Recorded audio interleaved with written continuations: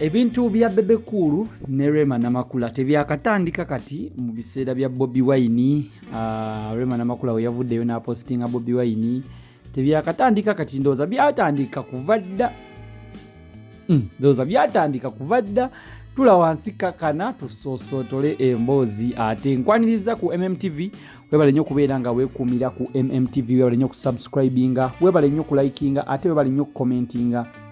Gwe munnaye yakatweyungako njala kugamba nti subscribinga wansi awo gobe yakatuuka waneeno nga this is your first time to see this channel, subscribinga wansi awo ate tubeere nga tweyongerayo ddala mu maaso. Gwate munnaffe eya subscribinga edda njala kugamba nti kyokola kyakabi nnyo, webale nnyo kwekuumira wano ku MMTV wetukuleetera amawulire each and every single time agakwatagana ku ba celebrities bo abali in and around Kampala, in and around Uganda, in and around East Africa and the world at large. Mwena tubaniriza waneno ku MMTV. Amawulire getulina leero gakwatagana ku mwana muwala Rema Namakula, kwogatta BobiWine, kwogatta ne BebeCool. Fenna ebadde bigenda mu maaso mu Uganda tubadde tubiraba era nga fenna tukimanyi ebigenda mu maaso mu ggwanga. BobiWine bamukwata ku lunaku olwokusatu n'asula mu kkomera, olunaku olwokusatu n'asulayo olwokuna, ate ne bamugjayo olunaku olw'ejjo, olwokutaano ne bamutwala mu kkooti ne bamuwa bail. Ennaku ezo zonna abantu badde beekalakaasa, abantu baavaayo nga bagamba free BobiWine, abantu ab'enjawulo nga bagamba free BobiWine, ate abalala nga bagamba ba artist baffe muliwa, nga babuuza ba artist banene ab'enjawulo temwagala kulaga buwagizi bwammwe eri BobiWine, naye ate munnaye tugenda batwala speed. Rema Namakula y'omu ku bayimbi abaasooka okuvaayo n'apostinga n'agamba free BobiWine, n'alaga nti ali wamu n'abantu ab'enjawulo. Post eyo yagiteeka nga 18 November, agamba free BobiWine, end police brutality in Uganda, rest in peace innocent civilians, ng'alaga obutali bumativu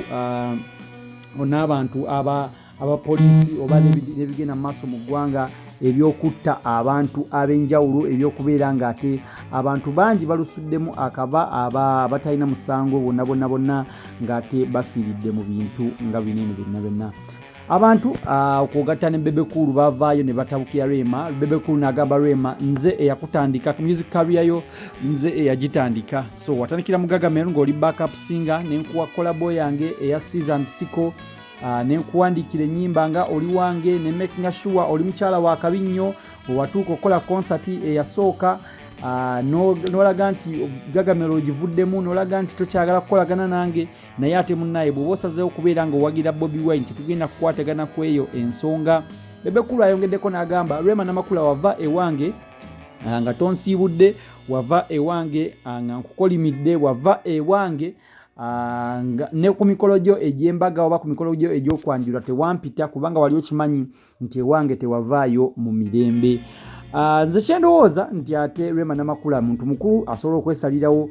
wajja ayagala okuwagira oba wajja ayagala okugwa. BebeCool okubeera nga yatandika Rema Namakula oba Rema Namakula okubeera nga yatandikira mu Gagamero tekimufuula kubeera nti agenda kuwagira buli kimu BebeCool kyawagira. BebeCool tukimanyi bulungi nnyo awagira President Museveni, alina post gye yavaayo n'akola emabegakaawo, abantu ne bamutabukira ne bamugamba gwe musajja mukulu okola otya post bweti, gwe omusajja omukulu alina abaana, omusajja omukulu alina omukyala, okola otya posti bwetyo. BebeCool yavaayo ne yeetondera abantu n'abagamba bannaye munsonyiwe posti eyo nagikoze naye kirabika nabadde ninamu obuzibu ku mutwe, n'abagamba bannaawandika posti mpanvu nnyo sogera n'ogikeberako ku page eya Facebook, n'agiwandika n'agamba bannaye munsonyiwe buli gwe nakosezza, buli kimu kye nawandise nga kirina gwe kyakosezza, bambi munsonyiire ddala. Abantu ne bamwongera ne bamugamba oli musajja musirusiru nnyo, lwaki byoyogera tosooka bisengejja, oba lwaki byoyogera tosooka kubyekenneenya? Munnaye yeye embeera eyabadde ate eside ze ya BebeCool, naye BebeCool ayagambye ali disappointed nnyo mu Rema Namakula okuvaayo n'abeera ng'ate awagira BobiWine. BobiWine musajja alina empisa embi, BobiWine musajja tayagaliza bigambo bya BebeCool. BobiWine ateeka ku bayimbi embeera, ayagala kwefuula nti abayimbi bonna yabategeerera bigambo bya BebeCool ebyo. abantu abasinga tukimanyi bulungi nnyo Rema Namakula yali mwami manya yali mukyala w'omwami Eddie Kenzo yali mukyala wa Eddie Kenzo Eddie Kenzo ate naye tukimanyi nnyo musajja wa government awagira President Museveni Eddie Kenzo naye abantu ab'enjawulo bavaayo ne bagamba kyova olaba ne Eddie Kenzo wamma wamuddukako nga ebintu byakola tobitegeera ebbanga eryo yonna abantu beewunyiza nnyo Rema Namakula okubanga yavuddeyo n'ayogerako eri eggwanga oba n'apositinga ebintu bya BobiWine ebyo ng'atatera kubyenyigiramu atera kwenyigira mu bintu bye eby'omukwano ng'apositinga bbaawe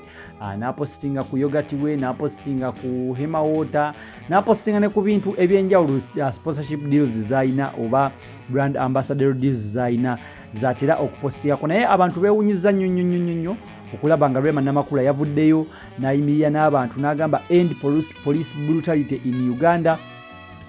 free BobiWine n'ebigambo bingi nnyo ebyayogereddwa. BebeCool y'omu ku bantu abatali basanyufu ne Rema Namakula okubeera nga yavuddeyo n'akola ekintu nga kinene. Osobola commentinga waawo wansi munnaye gwe n'otubuulira kiki ky'olowooza eno embeera ogirowoozaako ki gwe nga gwe Munnayuganda agenda okubeera ng'ate olonda ng'ennaku z'omwezi 14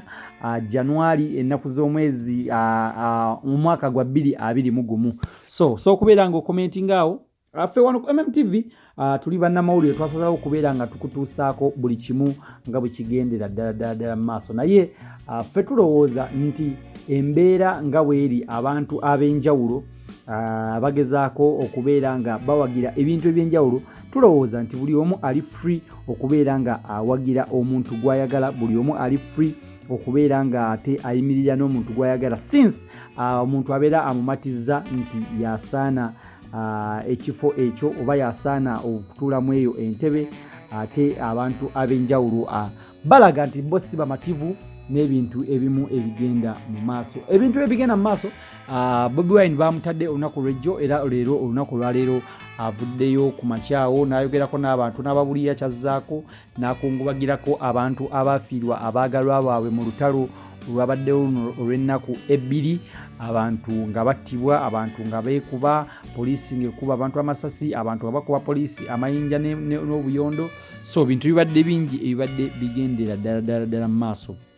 celebrities bangi bavuddeyo okubikondeminga omuli Fikfa Maker Rema Namakula oyo kennyini twalabyeko Lydia Jasmine twalabyeko Shiba Karungi twalabyeko Apas abayimbi bangi nnyo abasazeewo okubeera nga bayimirira ne BobiWine balage obutali bumativu Eddie Kenzo ono yali alina obuzibu mujjukira bulungi yali alina obuzibu ne BebeCool so BebeCool kye yasooka obutasanyukira ne Rema Namakula kubeera nga Rema Namakula yava mu bandi ye ate n'agenda n'afumbirwa omwami gwe yasooka okufumbirwa Eddie Kenzo ng'ate takwatagana na BebeCool byebimu ku byasooka okunyiiza BebeCool n'abeera nga takyayogera na Rema Namakula takyamubuuza Rema Namakula naye n'agamba munnaye kiri okke oba tokyagala kwogera nange ka moving on n'obulamu n'asalawo akubeera nga yeekubira ennyimba ze mpolampola abantu gye bamwagalira eyo era ne bamusiima buli kimu mu ggwanga kyabadde akola nga tukozesa mutima mulungi nakwagalibwa okw'abantu Rema Namakula y'omu ku bayimbi abasinga okwagalibwa mu Uganda era abantu bamwagala nnyo lwakuba mu bufumbo bwa Eddie Kenzo ate yavaayo n'afuna omwami omupya gwe tumanyi obulungi nga Dr. Hamza Sebunya byebyo nno ebiri wakati wa BebeCool ne Rema Namakula kola kimu munaye kya subscribinga wansi awo tulabe nga ate missing out on each and every kind of story omala subscribinga okone ne kukade ako akagena okujja awo ate obuterevu ojja kubanga buli otuteekayo story yona yegwe omu ku bantu abasooka okumanya nti kati tutaddeyo story bweti ate nobeera nga missing out ku story yona yatutumirako abantu ab'enjawulo abali mu Abu Dhabi abali Dubai abali Saudi Arabia abali London abali Qatar Doha abali mu nsi z'Abarabu zonna n'abali mu North London, abali mu South London, abali mu Manchester, abali mu UK mwena n'abali mu USA n'ensi endala ezisigaddewo nnyingi nnyo. Mwebale nnyo okubeera nga mwekumira ku MMTV. Tubaagala nnyo, mwebale nnyo okutufuula number 1 news bulletin mu Uganda. Mwebale nnyo, mwerabe ddala.